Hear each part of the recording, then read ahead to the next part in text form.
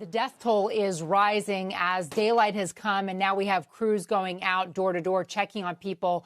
In New York and New Jersey, the total, as it stands right now, 14 people who've died, mostly because of flooding in this case. I want to take you to a suburb of Philadelphia, to Bridgewater, Pennsylvania. The NBC helicopter is up overhead, and what we're seeing here is widespread water damage. This is near the King of Prussia Mall, northwest of the city center of Philadelphia, and you can see just how much water they were inundated in. This was a historic rain event in New York City. All of that rain, and remember, Central Park got more than 3 inches in 1 hour yesterday, shattering records.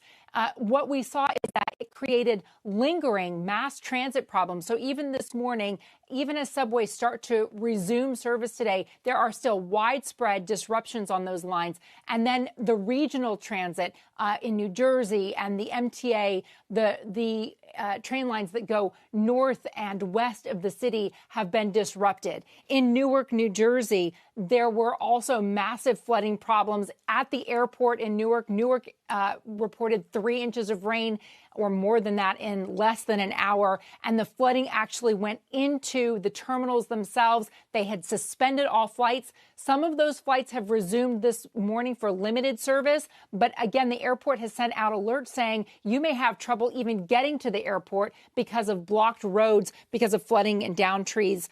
There are problems on the FDR. The FDR is, it was essentially a parking lot where people had abandoned cars in the flooding. That's the massive thoroughfare that runs up and down the eastern side of Manhattan. And all of that water with people just leaving their cars if they had stalled, trying to get out of the floodwaters way. So a real problem there. And then the last piece of video that I wanted to show you, and this is just coming into us at CNBC. Oh, we don't have it. We just know that there's such widespread flooding that there are major metropolitan areas in New Jersey that are swamped with water at this point, and that the rescue crews are going out, guys, and still finding people who need help. It's just the damage appears to be so broad, and certainly those of us who live in the New York metro area got a firsthand glimpse at it as well. I mean, I have video from my future brother-in-law, Manny Pena, who's a first responder. He's a firefighter with the FDNY. This is northbound on the Sawmill River Parkway in Lower Westchester County in Yonkers, New York. Last night, he got stuck in this. Thankfully, he got home safe.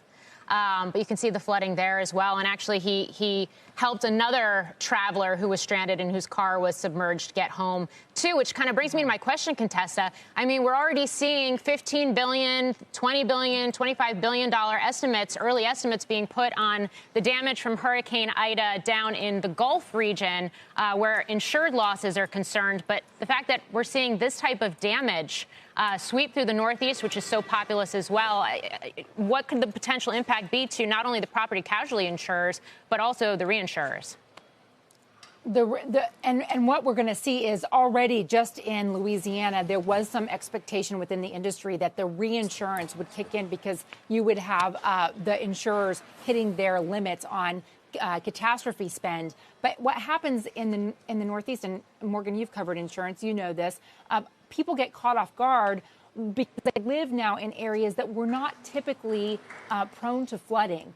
And when rivers rise and you get flooded, it's a different kind of coverage that's required than if the rain gets in because there's roof damage or things like that. So what happens here is that some of the people may get insurance coverage if they have proper insurance on their homes. They may see coverage because of the wind damage, because of trees into roofs. We know that there were tornadoes. There were multiple tornadoes that were confirmed in Maryland and New Jersey and elsewhere. But the real question is, as these rivers rise, and remember the Schuylkill in Philadelphia, the Delaware River, those are not supposed to crest until tomorrow. That kind of flooding requires a different kind of insurance. Usually flood insurance is required, and a lot of people live in areas that traditionally didn't require mandatory flood insurance.